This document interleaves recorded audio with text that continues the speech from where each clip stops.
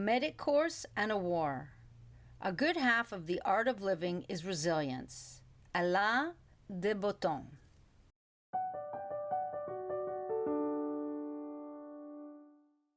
(1991) On the first day of the medic course, I settled into my customary spot at the back of the class, a lingering high school habit. Within 5 minutes, the language barrier became apparent, and I could feel myself fluctuating between confidence and confusion. Opting for confidence, I raised my hand, signaling to the teacher that I needed extra help. She moved me to the front row and assigned a buddy to assist me. Oh no, not the front row. I started to regret my impulsive moment of self-assurance. As time went on, the technical words began to repeat themselves, and the material became easier to grasp, but I was stuck at the front of the class for the rest of the course. The course lasted 3 months and covered basic medical treatment for most combat situations. Not only did we study all day, but we had to participate in guarding the base day and night and make up for what we missed in our free time. The night shifts were particularly difficult. Juggling sleep deprivation while absorbing copious amounts of material during the daytime classes was burdensome. I didn't enjoy sitting in the classroom having to memorize a lot of medical terms, so learning to administer needles became a highlight for me. We gathered around the edge of a basketball court under the shade of the fig trees, watching our teacher demonstrate how to jab a needle into her thigh with impressive, nonchalant ease. After rubbing some alcohol on her thigh, she drew 2 lines and plunged the needle in without a second thought. Walking around with the needle stuck in her thigh for dramatic effect, she then said, "Now it is your turn. Get out your equipment and start by drawing the 4 quadrants on your thigh." We jabbed the needles into our thighs and in each other's arms and buttocks. It was easy. Just draw the lines, stay in the quadrant, and inject the needle. While injections became routine, administering infusions was harder for me. We broke up into buddies. I lay on the concrete floor and rolled up my sleeve. I said to my buddy before she started, "Hey, we have to find a different vein today. You keep using the same one in my hand and it hurts badly." "Okay, the other veins are harder, but I will try," she agreed. The teacher came over to us and crouched down behind my buddy. "What's going on over here?" she asked. "I want her to try a different vein," I told the coach. My partner was pressing her finger looking for a vein, but most of my other veins weren't pronounced, and she was having trouble finding one that would work. "Okay, take this one in her arm," our coach said. My partner began to insert the needle into my arm. I took a short breath in when I felt the contact of the needle piercing my skin.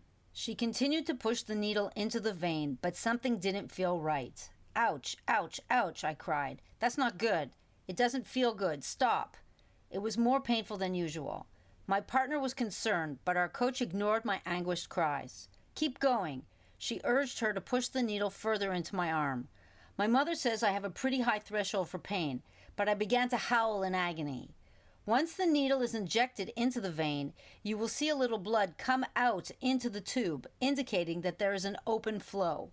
No blood came backward because the needle was just ripping along the wall of my vein, and this was the reason for the agonizing pain. When the blood didn't return from the vein through the needle, our coach looked at us, shrugged her shoulders, and said, "Oh well, put the needle in her hand then," and went to see the next team. The bruise that formed later took over my entire arm, so I could now boast of a war injury, but not one that would get me any time off guard duty, which was all I wanted in my sleep-deprived state. Medics held significant responsibilities in the Army and had to be prepared for field operations and stabilizing wounded soldiers. As the course progressed, we spent less time in the classroom and more time outdoors. Triage exercises became a routine, honing our ability to assess urgency. We practiced CPR training with a doll named Annie. On the weekends, I practiced with my stuffed doll, Grover, putting the sequence of actions into my muscle memory to do it without thinking. At the end of the medic training, I was assigned to a clinic on a military base. But I signed up with the Nahal to serve on an agricultural settlement, not a military base, listening to soldiers marching on concrete, I said to myself. I didn't care that the Nahal had to maintain military bases and needed medics there. In basic training, I had complained until they listened. But this time, I expressed my displeasure through my unruly behavior, making lots of excuses. My superior attempted to punish me with a 2-week desert operation. No showers and sleeping in tents was considered a punishment in contrast to the easy clinic work. Go meet the officer in charge to see what you need to bring, he told me. I sat quietly at the meeting, ignoring most of what he was saying until I got a chance to speak. If I'm a foreign soldier living alone in Israel without any family, do I have to go into territories that might be considered dangerous?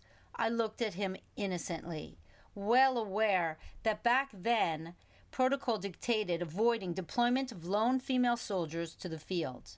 I smugly returned to the clinic to tell my superior that I wasn't going on the expedition, and he finally agreed to sign the transfer papers.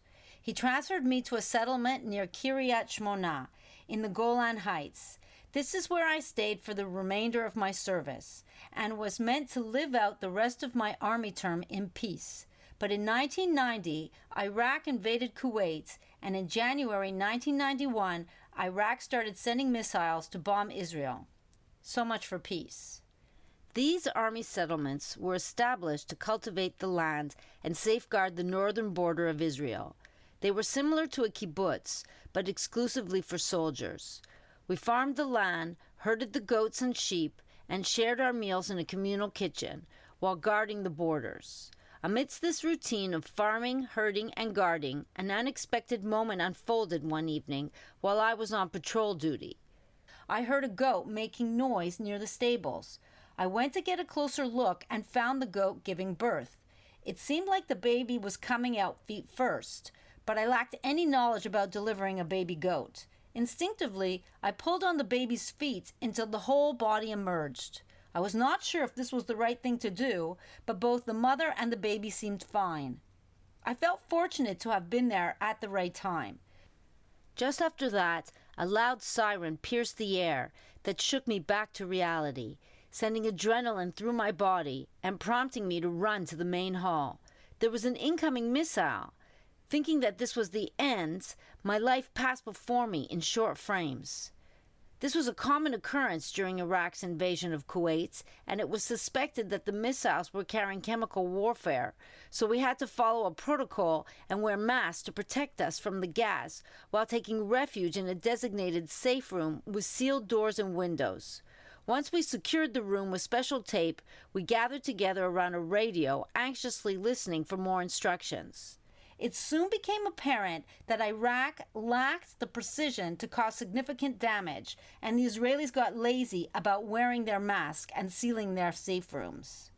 As time passed, cynicism towards the missiles grew, leading to unconventional reactions. Some Israelis ventured onto rooftops to observe and film the missiles, which prompted radio announcers to issue warnings.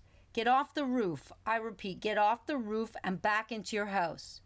I learned that when people live in crises, such as war or political unrest, they become less fearful of dying, and they are prone to taking more risks. Amid the stress of adjusting to living in times of war, I found myself reflecting on how these circumstances were affecting my personal life and how solitary I was feeling on the kibbutz. Kate was my only family in Israel, but her boyfriend's presence continued to strain our relationship. I felt lonely and unhappy after he came to live with us, and weekend reunions were never the same. It was my weekend off, and I walked back to my room, dreading another encounter with her difficult boyfriend. Lost in thought, I accidentally bumped into an older kibbutznik who lived behind us. He was quite antisocial, and I had often wondered about him living on the outskirts of the kibbutz, where they placed the foreigners who were not fully integrated into the community. He was very good-looking, but he seemed to spend most of his time alone. I had been living on the kibbutz for over a year, and this was the first time I spoke to him. "Oops," I said. "I'm sorry. I didn't mean to bump into you." He looked at me with a sly look on his face and said, "You know, we have a saying in Hebrew. Don't be sorry. Just get undressed." And so I did. I took comfort in the arms of this older kibbutznik neighbor, but he behaved in the same way as Sammy whenever we met outside of his bedroom. He pretended he didn't know me so the other members of the kibbutz wouldn't gossip, once again removing just a little more of my self-respect. I was released from the army without reserves, which meant I never had to go back. I lacked sleep, I didn't want to shoot a gun, and I never liked to follow orders. But all experiences, whether good or bad, teach you something about yourself. And the hard ones that you must overcome build your character and teach you resilience that you can take with you through your life. As much as I had suffered, I didn't regret enlisting in the army because I believed that it was the only way for me to feel like everyone else, and gaining their respect remained my most important goal. Freed from any further obligations, I embraced the growth and strength that I had gained during my time in the military. I packed my bags, left Kate, her mean boyfriend, and the sexy neighbor, and walked away from kibbutz life. I guess I didn't fit in there either, I said to myself as I walked down the long deserted road toward the bus for the last time. I really need to get a duffel bag that rolls, I noted to myself.